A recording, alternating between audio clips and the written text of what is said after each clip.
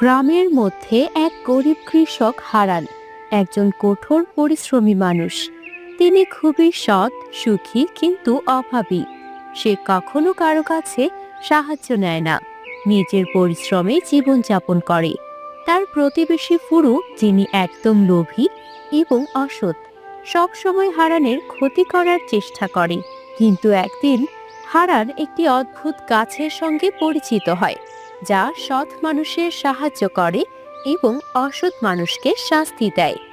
হালকা সূর্যের আলো ফুটেছে, হারান খেতে কাজ করছে। পুরো দূর থেকে তাকিয়ে হাসছে। এই হারান, তোর কি হবে? সারাদিন তুই কষ্ট করছিস, আর আমি তো বলি খুশিতে মজা পাই। ফুরু, তুমি তো জানো জীবনে অনেক কষ্টের মধ্যেও আমি সন্তুষ্ট। আল্লাহর রহমত আছে, তাতেই খুশি। তুই খুশি তো, কিন্তু একদিন তোর সেই সুখ দুঃখে পরিণত হবে, দেখবি তখন। হারান এবং সবেত মাঠে কাজ করছে। হারান্দা, এত কষ্ট করছো, কেন সাহায্য নিতে চাও না?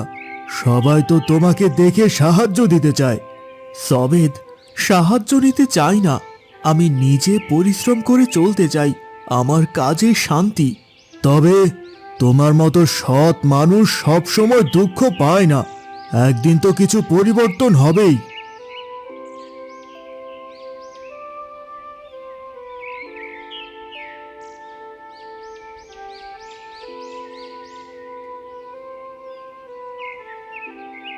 গাছের কাছে হারান প্রথমবার যায়।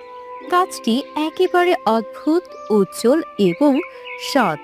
হারান, তুমি একজন সৎ মানুষ। আমি তোমার সাহায্য করতে এসেছি। আমি তোমাকে আশীর্বাদ দেব। কে আপনি? আমি তো আমি তো কখনো সাহায্য নেইনি। তুমি যেমন সৎ, তেমনি আমি। আমি সৎ মানুষের সহায়ক আর অসৎ মানুষের শাস্তিদাতা। তুমি যদি কিছু চাও, আমি সাহায্য করতে পারি। তবে আমি তো কিছু চাই না, আমি তো শুধু খুশি আছি। তুমি যতটুকু চাও ততটুকুই দেবে। তুমি সৎ থাকলে আমার কাছে সব কিছু পাবে। হারান আবার হাসতে থাকে এবং গাছকে ধন্যবাদ দেয়।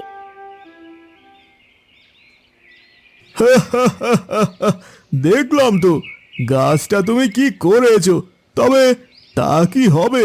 সবকিছু তো আমি নিজে পাবো। ফুরু তার লোভী মন নিয়ে গাছের কাছে যায় এবং সৎভাবে কিছু পাওয়ার চেষ্টা করে। গাছ তার সামনে দাঁড়িয়ে থাকে। তুমি অসৎ, তাই তোমার চাহিদা পূর্ণ হবে না। তুমি যা চাও তা তোমার জন্য শাস্তি হবে। গাছ এক চমকে ফুরুকে শাস্তি দেয় এবং ফুরু দুঃখে পড়ে যায়। রিনা ও জ্যোৎস্না ঘরে হারানের অপেক্ষা করছে। আম্মু, আব্বু আজকে কি যেন বলছিলেন, সৎ গাছ নাকি কথা বলে? গাছ আবার কথা বলে নাকি? হ্যাঁ মা, তোমার আব্বু এমনই, একেবারে সহজ সরল। তবে আমি বিশ্বাস করি তার সৎ জীবন একদিন তাকে কিছু না কিছু ঠিক দেবে। হারান দরজায় প্রবেশ করে।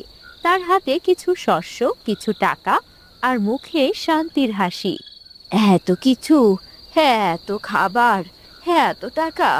হারান, তুমি কারো কাছ থেকে সাহায্য নিলে?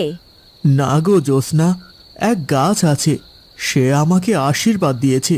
আমি কিছু চাইনি।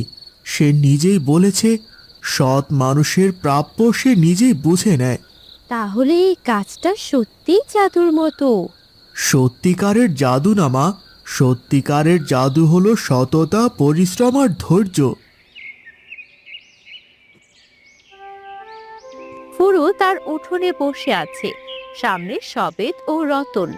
ওই গাছটার কিছু একটা রহস্য আছে। হারানকে আমি খালি হাতে ফিরতে দেখি, আর ফিরে এসে দেখি তার মুখে হাসি, ঘরে টাকা। ওই গাছকে আমারও বশ করতে হবে।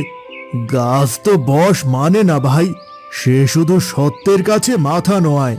ফরু ভাই, আপনি গাছের সামনে মিথ্যে বলবেন না, সে নাকি মনের কথা পড়ে ফেলতে পারে। হুঁ, গাছ কি আবার মন পড়ে? আমি যাচ্ছি গাছটার কাছে, দেখি কে বেশি চালাক। ফুরু গাছের সামনে গিয়ে দাঁড়ায়। গাছ ঝিরঝির শব্দ করে। তুমি এসেছো ফুরু, আবারও অসৎ উদ্দেশ্য নিয়ে? না না, আমি তো গরিব, আমার ঘরে কিছু নেই, একটু সাহায্য করো। তোমার মিথ্যা আমি বুঝি। তোমার লোভ এখন তোমাকে শিক্ষা দেবে। হঠাৎ ঝোড়ো হাওয়ায় ফুরুর গায়ে মাটি আর ধুলো পড়ে। পকেটে থাকা টাকা উড়ে যায়। ফুরুর গা ঘেমে যায়। আর না, আমি ভুল করেছি, আমি মিথ্যা বলেছি, আমাকে ক্ষমা করো, আমি সত্যি বলছি এবার। যদি সত্যিই বদলাও, তবে আগামীকাল সূর্যোদয়ের পর আমার এখানে আবার এসো। কিন্তু এবার সত্য নিয়ে এসো, মিথ্যা নয়। পরদিন সকাল, ফুরু গাছের নিচে দাঁড়িয়ে কাঁদছে। হারান তার পাশে আসে। ভাই, আমি তো অনেকবার বলেছি, সত্যি শান্তি দেয়, দাও না এবার মনটা পরিষ্কার করে। হারান, আমি সব সময় তোমার ক্ষতি চেয়েছি, কিন্তু তুমি কখনো রাগ করনি, আমি সত্যিই দুঃখিত। ভুল করতেই পারে মানুষ, তবে ভুল থেকে শিক্ষা নেওয়াটাই বড় কথা। গাছ ঝিরঝির করে ওঠে। ফুরুর ওপর সামান্য আলো পড়ে। তুমি যদি সত্যি অনুতপ্ত হও, তবে তোমার মনের পরিবর্তনই তোমার সবচেয়ে বড় পুরস্কার। সব চরিত্র, হারান, ফুরু, সবেদ, সুনাই, জোনাকি, রতন, জ্যোৎস্না ও রিনা একসঙ্গে বসে আছে। এক চটপটে পরিবেশ। এই গাছটা যেন পুরো গ্রামটাকে বদলে দিয়েছে। সবাই এখন সততার কথা বলছে। আরে ফুরু ভাই, উনি এখন একেবারে ভিন্ন মানুষ। আমিও তো ভাবছি একটু সৎ হয়ে যাই। তোমার জন্য আলাদা গাছ লাগবে ভাই। সবাই হেসে ওঠে। দেখো ভাই সাব, জীবনে যদি কিছু সত্যি শিখতে চাও, তবে এই একটা কথাই মনে রেখো, সৎ থাকা মানে আত্মা শান্তিতে রাখা। আর সৎ হলে? তখন তো গাছ আছে শাস্তির জন্য, তাই না? আমরা যদি সবাই মিলে সৎ হয়ে থাকি, তাহলে গাছের দরকারই হবে না। আমি আছি, কিন্তু যখন মানুষ নিজের ভেতরের কাজ জাগিয়ে তোলে, তখন বাইরের কাছের দরকার কম পড়ে। পেছনে সূর্য অস্ত যাচ্ছে। সকলে মাঠের দিকে হাঁটছে। গাছের নিচে হারান দাঁড়িয়ে মাথা নুয়ে গাছকে ধন্যবাদ জানায়।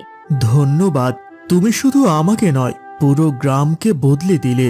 তুমি ছিলে সৎ, তুমি ছিলে শুরু। এখন সত্যই হবে এই গ্রামের পরিচয়।